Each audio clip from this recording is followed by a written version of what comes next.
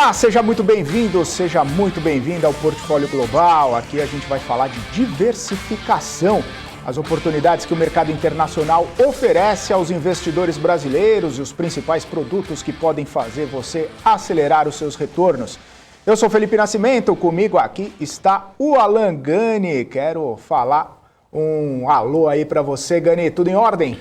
Tudo em ordem, programa de estreia, né? Bastante importante, algo que eu acredito muito e vamos com tudo. É isso aí, Gani. Vamos falar de diversificação e hoje nosso assunto é BDR, né? O Brazilian Depositary Receipts, ou os recibos depositários brasileiros, que na prática são as ações negociadas no exterior, que são compradas por uma instituição depositária, que transfere o título para o investidor brasileiro. Atualmente são mais de 800 empresas disponíveis para negociação aqui na B3. Alan, vamos lá, vamos começar a falar de BDR. Eles estão atraindo cada vez mais os brasileiros, podem ser considerados aí os primeiros passos para a diversificação dos investimentos dos brasileiros lá no exterior. Fala um pouquinho aí sobre os prós, os contras, o que você pode falar sobre BDRs para a gente. Legal, tema de muita importância. Os BDRs cresceram bastante devido a uma mudança institucional promovida pela B3 ainda no ano passado, aonde com os BDRs não patrocinados, o investidor de varejo, aquele investidor não qualificado, que não tem 1 milhão ou que não tem uma comprovação técnica para investir, uma certificação, ele pode ter acesso a este mercado. Em outras palavras, a gente está falando que hoje qualquer pessoa, sei lá, com R$100 pode comprar uma BDR ou até menos, né? E o que é interessante? A BDR, na verdade, você não está comprando a ação diretamente lá fora. Não é que você está comprando a Apple, tá? Mas você está comprando um papel que está atrelado à Apple e que terá os mesmos direitos da Apple. Então você terá os dividendos que a Apple vai pagar, você terá a valorização de preço da Apple, né? Então são exatamente os mesmos direitos. O que é importante? Claro que há custos aí embutidos, certo? Então, se você estivesse investindo, e aí eu já estou adiantando um pouco o que seria o contra, investindo diretamente numa ação lá fora, né? Seria um pouquinho mais barato, mas é ligeiramente mais barato. Então, o BDR tem estes custos embutidos, por exemplo, a gente vai discutir aqui distribuição de dividendos, né? Ao invés de você receber 100, você vai receber 95, pode ter um spreadzinho ali no preço, hoje próximo de 0,1%, mas não importa, é uma porta de entrada para um investimento no exterior. Por quê? Porque ao comprar uma BDR, ao comprar um papel que está atrelado a uma ação lá fora, Felipe, o que eu estou ganhando? Qual que é a minha rentabilidade? É a variação do dólar e a variação de preço da ação lá fora, mais os dividendos. Então, eu estou exposto ao exterior. Eu posso dizer, sim, que é uma diversificação internacional. Maravilha, Gani. E essa procura pela diversificação aí, a gente tem visto os brasileiros aí entrarem cada vez mais na Bolsa, né? Já são mais de 3 milhões e 200 mil pessoas. E aí, bem que você falou, né? Cenário de dólar, inflação, juros um pouco mais baixos durante a pandemia, esse cenário todo acabou fazendo com que as pessoas pensassem mais em ter investimentos lá fora. E aí, esse primeiro passo de BDR aí acabou sendo uma porta de entrada, como você falou, né? Você acha que a gente vai ter cada vez mais pessoas acessando o BDR? Você acha que cada vez mais pessoas estarão interessadas por esse tipo de investimento? Eu acho que sim, principalmente por essa mudança da B3 e agora também como tem os formadores de mercado, são grandes bancos, corretoras, instituições financeiras, onde eles garantem essa liquidez, chamamos market makers, né? Então eles acabam garantindo essa liquidez. Foi algo bastante importante porque no passado as BDRs tinham pouca liquidez. E agora a liquidez aumentou bastante, então o investidor se sente muito confortável porque ele consegue vender estas BDRs. Se você me permitir, Felipe, existem aí o que a gente chama de BDRs patrocinadas e BDRs não patrocinadas. Então, vamos pegar o caso de uma BDR primeiro fazer aqui a distinção de BDR patrocinada e não patrocinada. A BDR patrocinada, há um interesse da empresa na emissão das BDRs aqui no Brasil. Então, por exemplo, a Apple vai contratar uma instituição, que a gente chama de instituição depositária, pode ser a B3, pode ser, sei lá, o Itaú, o Bradesco, né? Para fazer o programa de emissão de BDRs, lastreado nas ações. Então, há uma participação da empresa lá fora, por quê? Porque ela quer a divulgação da empresa aqui para os seus investidores, a porta de entrada. BDR não patrocinada, a Apple, lá estou dando aqui o exemplo da Apple, né? Poderia ser qualquer outra empresa, ela não participa. Então, simplesmente, parte da instituição depositária aqui no Brasil. Sei lá, a B3 resolveu comprar ações lá fora, que ficam custodiadas num banco nos Estados Unidos, por exemplo, no Bank of America, tá?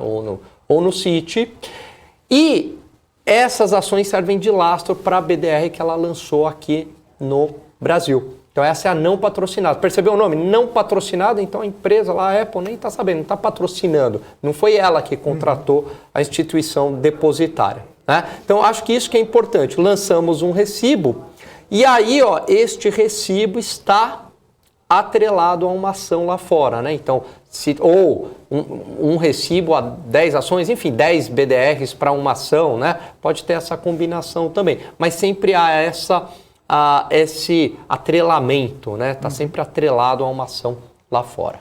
Ô Gani, você comentou, né, a questão da liquidez, que agora, depois daquela situação lá envolvendo a CVM, de autorizar investidores de varejo não qualificados acessarem as BDRs, falou que deu mais liquidez, né? É um ponto de atenção para os investidores, porque, como a gente falou no começo, são mais de 800 empresas sendo negociadas aqui na Bolsa de Valores por meio de BDRs. Essa questão da liquidez é um ponto de atenção, o investidor tem que ficar atento para saber se vai conseguir comprar, se vai conseguir vender, se vai conseguir se desfazer das BDRs quando quiser, quando tiver interesse? É uma excelente pergunta, Felipe. No passado, era um ponto de muita atenção. Com essa mudança institucional da B3, e hoje a gente tem aí os market makers, eles garantem a liquidez. Como eles são grandes corretoras, grandes bancos, eles mesmos garantem essa liquidez. Então, no caso específico das BDRs, deixou de ser uma fonte de preocupação. Então, porque eles estão garantindo aí compra e venda.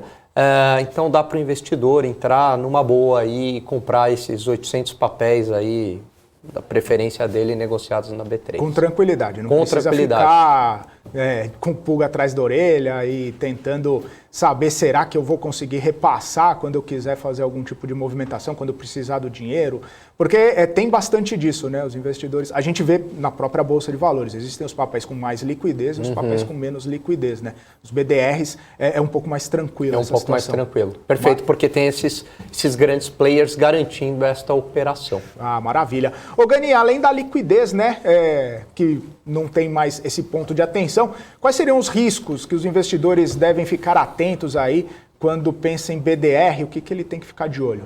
Então, vamos pensar assim, bom, primeiro há o próprio risco cambial, que eu posso entender de uma boa forma ou de uma forma ruim. Então, vamos supor que você comprou uma ação da Amazon porque você acredita na empresa Amazon, que ela vai valorizar, mas por outro lado, o dólar começa a cair e o real valorizar.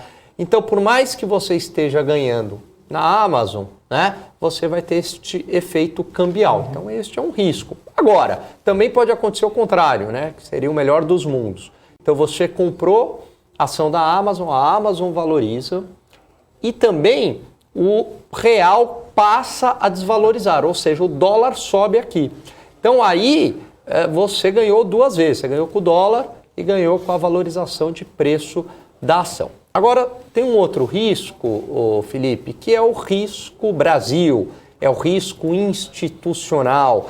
Então, se há uma mudança de regra na B3, ou que vem do governo, uma mudança de regra, ou bloqueio de determinados ativos, limitação de envio de dólar para o exterior, então, ao investir dentro do Brasil, a gente está sujeito a estes riscos institucionais. Ainda bem que o mercado financeiro brasileiro é um mercado maduro, é um mercado onde este risco institucional ele é baixo, apesar do Brasil ser uma economia emergente, as instituições aqui no Brasil, financeiras, funcionam muito bem. Os órgãos reguladores aqui funcionam muito bem. Existe esse risco? Existe, né? Mas a probabilidade dele se concretizar é baixa. Maravilha. Ô Gani, pensando nos custos, né, e tributações, você começou a falar sobre isso numa resposta anterior, né? Os investidores eles estão sujeitos aí, né, a pagar quando forem negociar os BDRs, né? Existe alguma diferença importante entre BDRs, ações aqui no Brasil? Quais fatores que devem ser mais observados aí nesse sentido? Tem coisa a mais, tem coisa a menos? Como que fica essa questão? É a mesma coisa, com a diferença que quando você está recebendo os dividendos da ação lá fora, como o dividendo ele é tributado lá fora, você vai receber esse dividendo ex, né, imposto. Então você está recebendo o dividendo já líquido, né? Ao negociar aqui o BDR, então vamos supor, eu comprei um BDR, vou dar um exemplo, JP Morgan, né? Comprei o JP Morgan a R$75 e aí eu vendi a R$85. Pô, tive um lucro aí, né? R$10. E aí, pela quantidade de papéis que eu investi, então, né, 10 vezes 100 e tal, vai incidir imposto de renda. E aí, Felipe, é uma questão bastante importante. Por quê? Porque vai incidir os 15% de imposto de renda. Ah, mas Alan, eu vendi menos de R$20 mil, como muitos fazem com ação para fugir lá do imposto. Com BDR não tem isso, tá? Então você vai ter que fazer a DARF bonitinha lá e pagar os seus 15% de imposto de renda. Então, nesse sentido, é mais fácil, né? Porque essa tributação aqui no Brasil, você já conhece, é mais tranquila, enfim, né? Acaba sendo até uma vantagem essa simplificação tributária. Maravilha. Questão de emolumento, de taxa de corretagem, tudo a mesma coisa também. Tudo a mesma coisa. Aqui na B3. Perfeito, tudo a mesma coisa.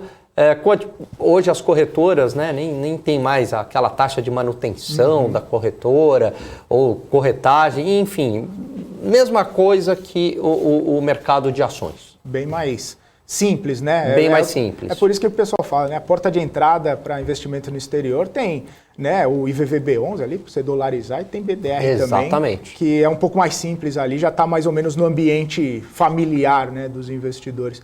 Mas, Gani, eu tenho uma questão interessante aqui, das mais de 800 empresas disponíveis na B3, separei algumas aqui, uma lista com as mais negociadas nos últimos 3 meses. Vamos mostrar aqui para os nossos telespectadores. Legal. Vamos ver as empresas aqui mais negociadas.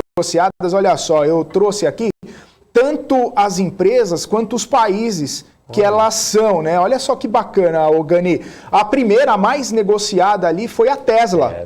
A Tesla tem mais de 44.700 negociações nesses últimos 3 meses aí dos Estados Unidos. Depois tem Mercado Livre, Moderna, né? Aquela empresa fabricante de vacina, Amazon, Alphabet, que é o Google, né? Lá dos Estados Unidos também. Aí a gente vê Alibaba de Hong Kong, olha só. Alibaba, que está listada lá em Hong Kong. Biotech, Apple, Facebook, Microsoft, e aí todas as empresas dos Estados Unidos. Nvidia, né? Aquelas empresas que faz chips, né? Coisas de computador, que está tendo bastante demanda, inclusive, ultimamente, essa empresa aí, quase 7.000 negociações, Gani. E depois o Walt Disney, Pfizer, Netflix e a Johnson & Johnson também, outra empresa ali, fabricante também da vacina, Johnson & Johnson também, né? A gente vê as pessoas procurando mais por várias dessas empresas.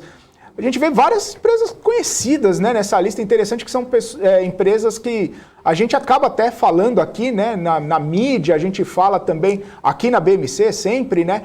Queria saber aí como que você vê essa questão dessas empresas. É um movimento de popularização que a gente estava falando, né? As empresas mais populares que estão no dia a dia das pessoas acabam sendo também aquelas mais negociadas, né? Exatamente. Essa lista que você trouxe, ela é muito interessante, porque de tempos em tempos eu olho esta lista e no passado por exemplo, a Pfizer não estava, a Johnson não estava e a Moderna não estava. Então, elas entram justamente pela popularização das vacinas, né? Então, o investidor entendeu que estas empresas acabaram ganhando bastante dinheiro ao fabricarem aí a vacina, né? Importante e tal. Então, é bastante interessante. Veja como está presente no nosso dia a dia. Vacina, muita gente tomou aí a vacina, milhões de brasileiros tomaram esta vacina e são vacinas lá da Pfizer, da Johnson, né? A Moderna não foi aplicada aqui no Brasil. Tirando as vacinas, então vamos lá de computadores, né? Bom, eu ligo lá o meu computador, ele é um computador, estou dando aqui o meu exemplo, né? É um computador da Microsoft, né? Então ligo lá o Microsoft. Aí eu pego o celular, Apple. Aí eu uso o Google, certo? Aí eu almocei agora há pouco, e eu tomei uma Coca-Cola. Veja como estas empresas, elas estão muito presentes no nosso dia a dia, e eu digo mais, Felipe, mais presentes do que muitas empresas negociadas na B3, aqui as brasileiras. Né? Então, enfim, você está apostando nas empresas do teu dia a dia, nas principais empresas do mundo. Por isso que é bastante importante esse investimento em BDR. E aí o olhar para a empresa é igual ao olhar que a gente faz aqui para as empresas brasileiras, né? Você olha, a empresa ela vai ter, de repente, uma perenidade, você consegue se imaginar usando o Apple ou tomando Coca-Cola daqui a um tempo, as vendas vão continuar crescendo, enfim, a engrenagem da empresa vai continuar funcionando ali ao longo do tempo, e aí é o mesmo racional, Gani. Mesmo racional, né? Olhar os fundamentos da empresa. Será que a Coca-Cola continuará sendo uma empresa aí líder em vendas de refrigerantes ou não? As pessoas vão tomar menos refrigerantes, o business dela tá ameaçado, enfim. É o mesmo raciocínio que a gente faz com as empresas aqui. Banco, né? Eu vou analisar o JP Morgan, por exemplo. Então, será que o JP Morgan continuará sendo um banco muito forte lá nos Estados Unidos? Ou ele é ameaçado por novos entrantes, por fintechs, enfim, é o mesmo raciocínio. Agora, trazendo um pouco para a desvantagem da BDR, vai falar, bom, Alan, então por que investir diretamente no exterior? Bom, primeiro que quando você investiu diretamente no exterior, você pagou esse dólar uma vez só. Né? Então você fez lá o câmbio e acabou, né? Você não está mais sujeito a esta variação do dólar o tempo inteiro, pagou, ponto final. Segundo, o mundo de opções. Aí, por mais que a gente esteja falando das principais empresas, e aí sim, BDR vai cobrir as principais empresas, mas quando eu vou para uma corretora nos Estados Unidos, por exemplo, ou para uma outra estrutura, via Trust, eu tenho ali todas as opções, né, Felipe? Eu posso investir em fundos imobiliários americanos, em bonds, títulos do Tesouro, posso investir também, sei lá, em mais de, a gente falou em 800, né? Em 10 mil ações do mercado americano. Então, aí a gama de investimentos é muito maior. Mas o BDR é uma opção muito boa. Mas é interessante, né, Gani, porque a gente está falando aqui de um universo de 800 empresas em nível global sendo negociadas na Bolsa aqui do Brasil. Se a gente faz uma comparação com o número de empresas brasileiras dentro da própria B3, né, são cerca de 500, 600 empresas ali, as empresas globais ainda são um maior número do que as próprias empresas brasileiras. Olha que interessante que você falou, tem mais BDR do que empresa brasileira. Porque 807 empresas, mais BDRs. Isso aí, a gente está falando das principais empresas do mundo.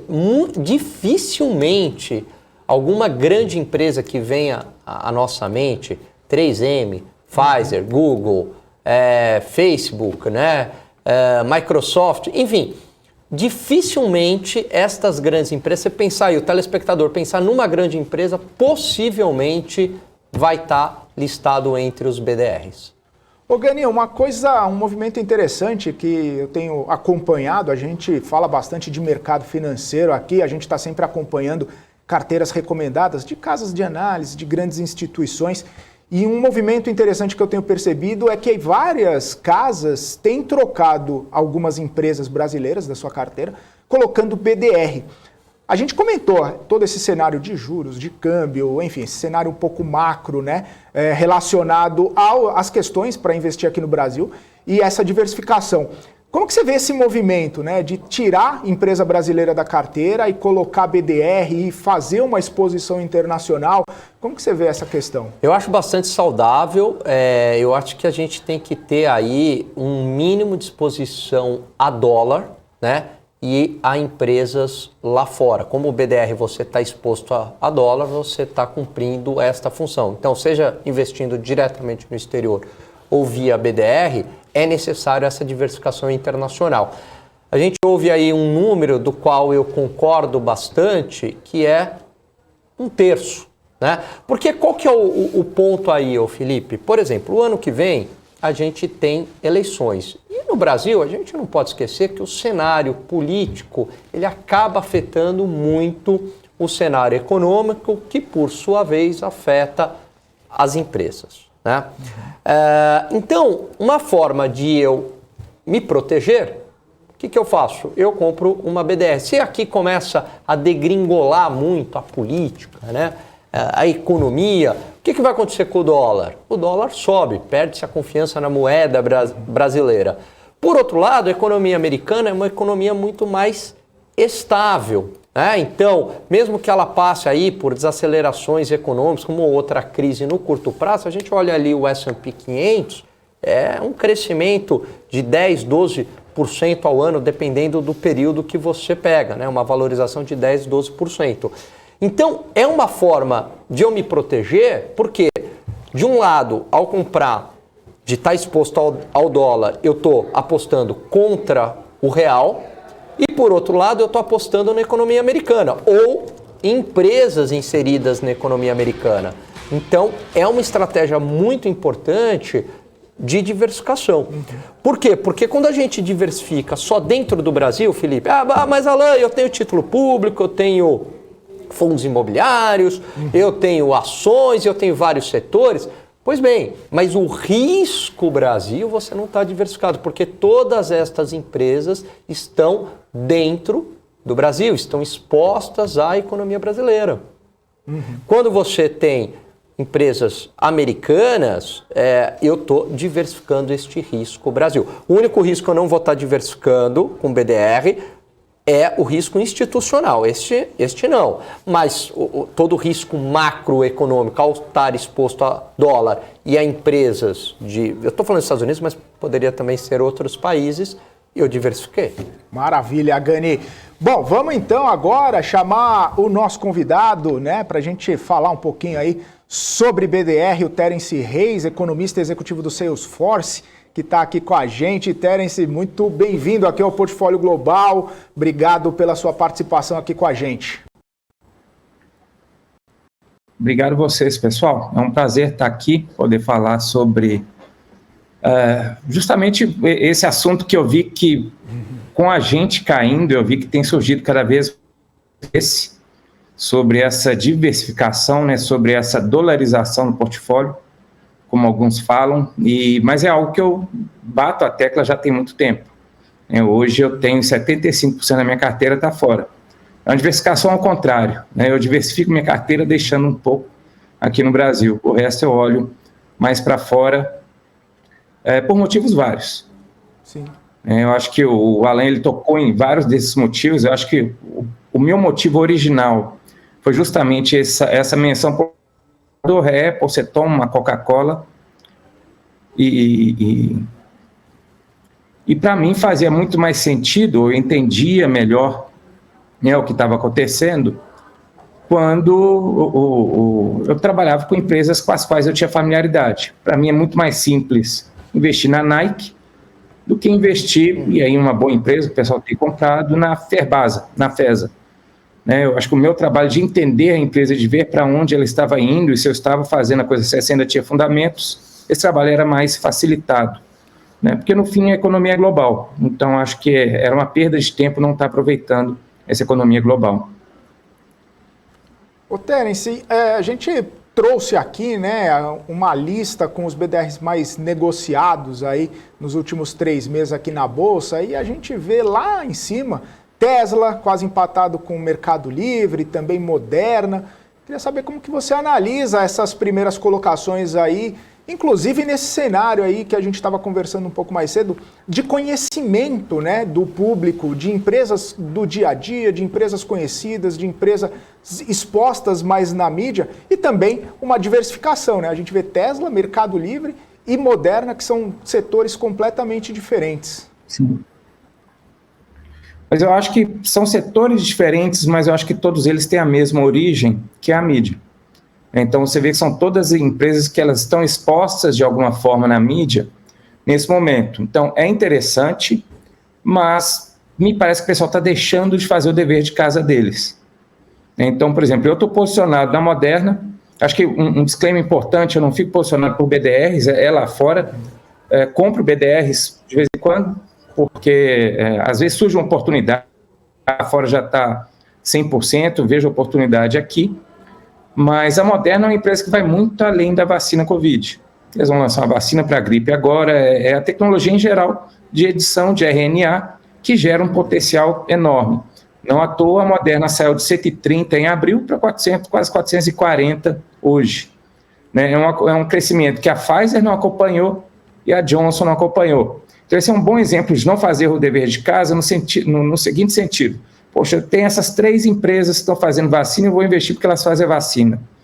Se o investidor tivesse parado para avaliar a diferença entre essas empresas, ele poderia ter entrado na Moderna, pegado aí a onda de 3 vezes de valorização, enquanto a Johnson parou. A Pfizer ficou ali no meio, porque a Johnson tem seus problemas. A Johnson, se ele tivesse feito o dever de casa, ele teria visto que a Johnson, por exemplo, ela teve que fechar a unidade de talco dela, que gerou não sei quantas mortes nos Estados Unidos e estava sendo processada. Então, apesar da vacina, é uma empresa muito maior, com muitos outros riscos e um pipeline maior. Acho que esses são pontos interessantes. E a gente está, abri ontem o site da B3, 808. Então, a gente pode ir muito além do que a gente está ali no padrão. Eu acho interessante, Disney é uma ótima empresa, eu acho que muitas vezes o pessoal compra Disney, Facebook, Google, Apple, Amazon, é uma forma deles já começarem a colocar os primeiros pezinhos ali, vou comprar uma BDR, vou comprar o quê? Vou comprar da Alcoa, que é uma boa compra por conta do alumínio, ou eu vou comprar da Disney? Eu vou comprar da Disney, porque eu sei o que está acontecendo e eu sei que na pior das hipóteses eu não vou perder muito e ela é uma empresa que é perene. Então acho que essas são empresas importantes para estarem no portfólio. Mas você vê que algumas empresas que a gente sente falta. Visa, por exemplo, seria uma dessas empresas. Ano passado, uma BDR, essa eu entrei via BDR. Uma BDR que valorizou muito ano passado foi GM. Né? Então, a minha recomendação ao investidor vou investir no Zé, vou diversificar, né? Não é simplesmente chegar lá e comprar BDR, porque me pareceu interessante. É fazer o mesmo dever de casa que a gente faz para poder investir aqui, faz o dever de casa para lá. Então, vai dar trabalho, mas não tem outra forma de ter sucesso. Que foi exatamente uma pergunta que você me fez, né, Felipe? Que como a gente avalia essas BDRs. E eu estaria mais preocupado com a fala do Terence, porque eu tomei a Janssen, ainda bem que já passou aí o período, viu, Janssen? Senão... Não, viu, Janssen? Viu, Terence, né? Eu tomei a Janssen, eu estaria aí muito mais preocupado, né? Porque morreu lá um monte de gente, mas eu acho que você tocou num ponto bastante interessante, que é a questão da Moderna, que é biotecnologia, essa tecnologia inovadora de RNA, que parece que é o futuro da medicina. E aqui no Brasil a gente não tem acesso a isso, não tem uma empresa que a gente possa investir, né?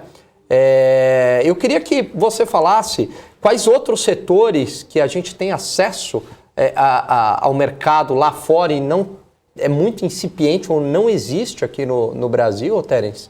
E uma outra questão é a sua visão de investir diretamente lá fora, que acho que é o que você faz majoritariamente, ou BDR, né?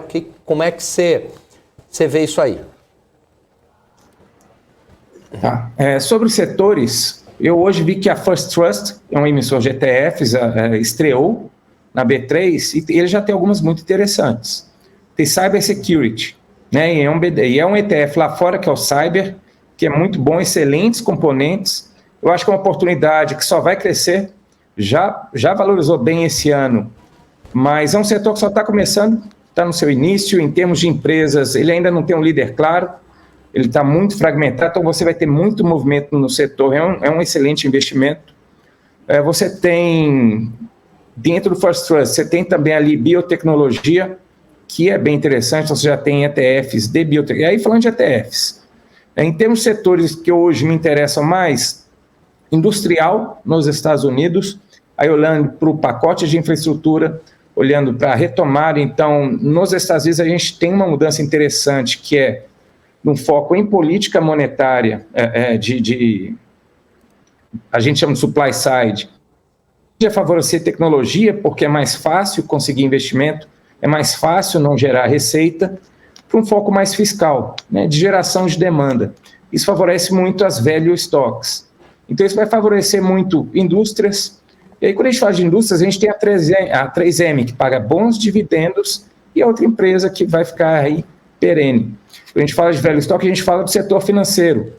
Hoje, as taxas do Tesouro americano elas estão baixas, a expectativa do mercado é que elas aumentem, isso vai favorecer os bancos, e a gente tem todos os grandes bancos listados como BDRs, e um em especial que eu estou nele é o Wells Fargo, que de todos os bancos é o que apanhou mais, porque em meio aos problemas com a Covid, ele ainda estava respondendo por algumas questões relacionadas à fraude, então ele está mais subvalorizado ali.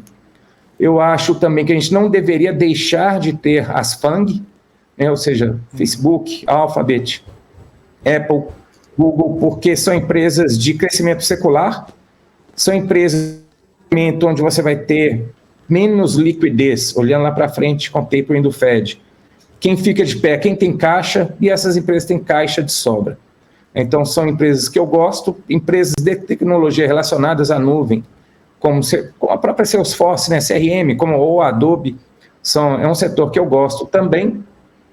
E, por fim, mineração. E aí não estou falando mineração, o minério de ferro, que é o que a gente tem aqui, mas, por exemplo, o urânio, né, que aí já subiu bastante, mas tem toda a promessa relacionada a ele. Mineradoras de cobre, você tem ali a FCX, que é a Freeport. O próprio alumínio, a gente tem agora a CBAV, mas a Alcoa já está voando tem um bom tempo. Você tem lítio, então você tem, digamos, empresas listadas com metais que a gente ainda vai ver muita demanda sendo gerada em torno deles. E, por exemplo, se eu quiser investir em urânio, eu sei que é um tema aí que atrai muita gente, aqui no Brasil eu não consigo, né? Não.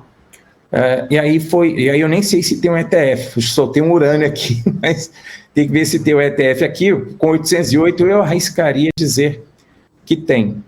Acabei não endereçando aquela questão do investir direto lá, tá? Ou aqui, eu não vejo diferença. Sinceramente, não vejo diferença. Tanto que quando tem a oportunidade de comprar BDR aqui, eu compro. Né? E estava olhando, estou avaliando também aumentar o meu posicionamento em Europa e Japão. Acho que outra vantagem das BDRs é que você não precisa, não é um Estados Unidos vezes Brasil, você tem alcance global. Né? Você tem ETFs que vão buscar Europa, que vão buscar Reino Unido, que vão buscar Itália, Espanha, Japão. Então realmente ter esse olhar global. A minha decisão de deixar lá era uma decisão relacionada à minha vida profissional. Então, eu trabalhava para uma empresa multinacional, trabalho para outra, tinha stock options, tinha o dinheiro que estava lá, eu fazia, vou investir na bolsa aqui.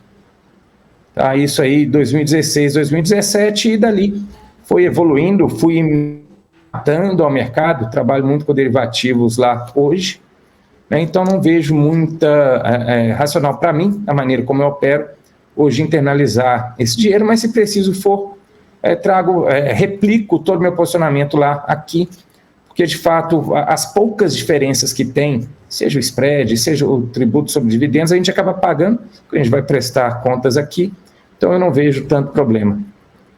A única questão é a quantidade, né? Se você investir diretamente no exterior, aí você vai ter uma quantidade de ativos muito maior, né? Mas assim, já está de bom tamanho. A vantagem é que lá são 7 mil, né? Acho que é isso mesmo, são 7 mil contando as over-the-counter. E aí você pode participar, porque eu particularmente não gosto, por exemplo, dessas meme stocks. Mas vantagem está lá quem gosta, GME vai voar, AMC vai voar, Então, a principal vantagem é se alguém gosta de small caps, de micro caps, porque com 808 aqui tem uma boa segurança de que a gente tem quase todas as large caps, boa parte das mid caps já representadas. E aí, a nossa audiência, tem muita gente que até já investe em BDR ou investe diretamente lá fora, mas tem gente que está olhando aqui e falando, opa, peraí, eu quero começar, me empolguei. E aí, o Terence é 75% lá fora, 25% Brasil. Para quem está começando, qual é uma recomendação que você dá? Você fala, não, começa com X% lá fora. Eu começaria fazendo o inverso, 25% lá fora, 75% aqui, vai vendo o sucesso que se obtém, vai vendo a familiaridade, vai vendo se realmente se interessa, né, pelo setor, porque, como eu disse, para mim é muito mais difícil operar Brasil, porque dá trabalho. Vamos lá, eu não gosto de não estudar a empresa. Então, para mim é muito mais trabalhoso estudar a Gerdau. Eu trabalho há 20 anos com tecnologia. Então, para mim, estudar as nossas empresas são muito relacionadas à economia real mesmo. Então, para mim, é muito mais difícil entender o que se passa com a Gerdau e se eu vou investir nela ou não, do que pegar uma Palantir, uma Snowflake lá fora e ver se está tudo ok, se os fundamentos se mantêm e ver qual que é o potencial delas.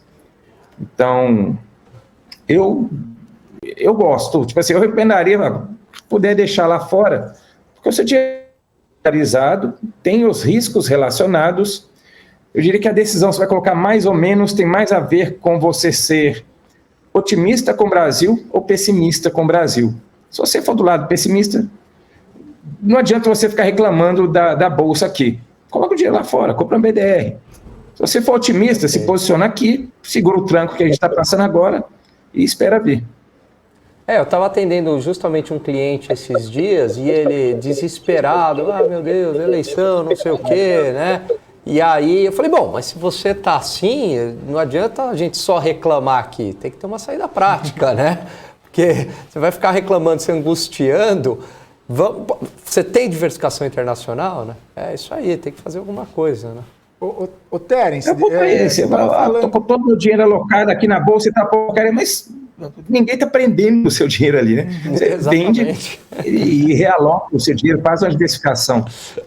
Então, E eu gosto muito desse aspecto do global. Acho que por ser formado em economia também, a gente acaba acompanhando a economia global de uma certa forma. Então, a aposta no Japão foi uma boa aposta. Você está vendo aí a bolsa, finalmente a bolsa japonesa andando bem. A aposta na Europa que ainda está deixando a dever.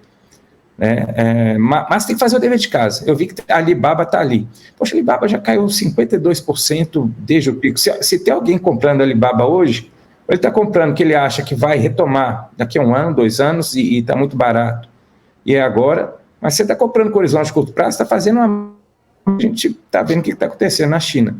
E aí bastava ler as notícias. Eu acho que um outro ponto, falei de notícias, um outro ponto que eu gosto do mercado americano e do mercado global é justamente que notícias impactam menos. Tipo assim, se o Biden acordar, não vai impactar o mercado americano. Não é o que acontece com a gente aqui. Maravilha. Terence, você estava comentando, né, a questão das FANGs também, que tem muito mais familiaridade com empresas de tecnologia, e a gente viu ali na lista as Big Techs, né? E aí muita gente fala, as Big Techs são caras, as Big Techs elas já cresceram bastante, elas têm uns múltiplos muito esticados em algumas delas. Então eu queria só que você falasse um pouquinho a respeito de como que você analisa uma empresa de tecnologia, quais são os pontos de atenção, quais são as coisas principais que o investidor precisa ficar de olho nesse sentido. Eu vou começar dizendo que elas não estão caras. Tá? Eu acho qualquer... Bombástica essa. Se a pessoa pesquisar essa foi ali... ótima. Essa dica foi ótima. Eu vou começar dizendo, se alguém chegar ali e pegar as recomendações do Bank of America, do JP Morgan, Goldman Sachs, você vai encontrar uma média de upside ali de 20%, 25%. A Amazon, acho que o target, eu não vou lembrar qual banco, ele deu target de 4,250, ela está 3,500, se eu não me engano, então elas não estão caras. E por que elas não estão caras? e elas permanecem não caras, é justamente pelo crescimento, pela maneira como elas penetraram em todos os pontos, né, da sociedade americana e da sociedade global, e o Total Addressable Market é global, então elas têm muito a crescer e elas ainda não alcançaram a penetração que elas têm nos Estados Unidos em escala global. Então você tem um potencial de crescimento interessante de todas essas empresas, elas têm muito caixa, permitem elas fazer aquisições. Então eu falei da Snowflake, a Microsoft resolveu, eu estou perdendo a guerra na nuvem, ela vai lá e compra Snowflake, uma empresa gigante. Você pega a própria Salesforce, para melhorar a guerra na nuvem eu vou comprar o Slack, não sei quantos bilhões de dólares. Então são empresas que têm caixa, que podem ficar cada vez maiores, que têm poder de precificação e são menos sensíveis ao ciclo econômico, né? Isso é mega cap tech. Agora, dizendo sobre tecnologia, o que eu olho? A primeira coisa que eu olho, as duas primeiras coisas que eu olho é justamente o portfólio de produtos e o pipeline de produtos, muito para entender onde ela está se posicionando, quem é a concorrência e para onde ela vai. Então, é um olhar mais fundamental, não vou nem dizer fundamentalista, mas um olhar mais qualitativo sobre as empresas, né? O segundo ponto passa a ser justamente, eu procuro reviews, né? Então você tem muitos reviews dessas empresas tech, em geral reviews na web, e aí eu olho, quando a gente está falando de cloud especificamente, eu vou olhar o que a gente chama de regra dos 40. Eu vou olhar como é que está a margem dela, né? No caso a margem líquida, e eu vou olhar como é que está o crescimento de receita dela, né? Quando a gente combina a soma desses dois, ele deveria ser, é uma regra, vamos dizer, de bolso, assim, ele deveria ser acima de 40. Porque acima de 40, permite essas empresas eventualmente, eu não gero lucro, eu não tenho margem, é zero. Ok, mas você está crescendo 50% ao ano, isso compensa, né, a sua margem. E aí, a partir daí, eu começo a distinguir, vai depender do setor. Então, se a gente está falando de empresa B2C que vai atender o consumidor, você vai ter que olhar qual que é o churn dessa empresa, vai ter que olhar qual que é a base, você vai ter que olhar qual que é o tempo de manutenção, esses são todos os dados que eles divulgam, os resultados, você vai ter que olhar o tempo de manutenção desses consumidores nessa base, em geral estão vendendo assinaturas. Quando a gente está falando de B2B, ou seja, empresas corporate, qual que é a receita recorrente anual dessas empresas, qual que é o investimento delas em pesquisa, tá? E o resto são coisas que distinguem as empresas de tecnologia, tá? E de resto é realmente olhar aí os indicadores mais fundamentalistas, que não muda muito de empresa para empresa. A grande diferença de empresa de tecnologia é que, havendo crescimento consistente, você tem que se preocupar menos com a questão do caixa, né, com a questão do lucro, mas essa não preocupação ela precisa vir do quanto ela está conseguindo manter a base de usuários dela. Maravilha. Terence, quero agradecer sua participação aqui com a gente, muito bacana esse bate-papo, obrigado pelo seu tempo aqui, participar do Portfólio Global com a gente. Um abraço para você, até uma próxima então. Pessoal, eu que agradeço a oportunidade. Valeu, um abraço, Terence. É isso aí, pessoal, quero falar aqui com o Gani para ele deixar as considerações finais. A gente ainda vai falar bastante, esse é só o primeiro de vários programas aqui, né, do Portfólio Global, Gani, para a gente falar um pouquinho sobre diversificação, exposição do brasileiro no cenário internacional. E deixa suas considerações finais aí, por gentileza. Não, minhas considerações finais é agradecer, né, trabalhar de novo aqui contigo, né, em mais um programa aqui na BMC News, e eu acho que é um programa bastante importante, porque a gente tem essa lacuna, Felipe, falta essa visão de investimento no exterior e um programa que fale especificamente sobre isso. E a ideia é trazer informação de qualidade, pé no chão, né, nada de promessas milagrosas. E a consideração final é: assistam o programa da semana que vem, da quarta-feira que vem, 18h, e comecem a fazer a lição de casa e investir no exterior. Nem que você comece com um pouquinho, nem que você comece com BDR, seja investimento direto lá fora, mas comece com a BDR, que é mais simples, mas comece, é muito importante isso. Maravilha, Gani, então a gente se vê na próxima semana. A gente vai ficando por aqui com o Portfólio Global, né? Todas as semanas trazendo aí as novidades sobre diversificação, novidades sobre investimentos no exterior e como os brasileiros começam aí a fazer a sua diversificação. Vou ficando por aqui, um forte abraço a todos vocês, até a próxima semana, sigam com a programação da BMC News. Tchau, tchau.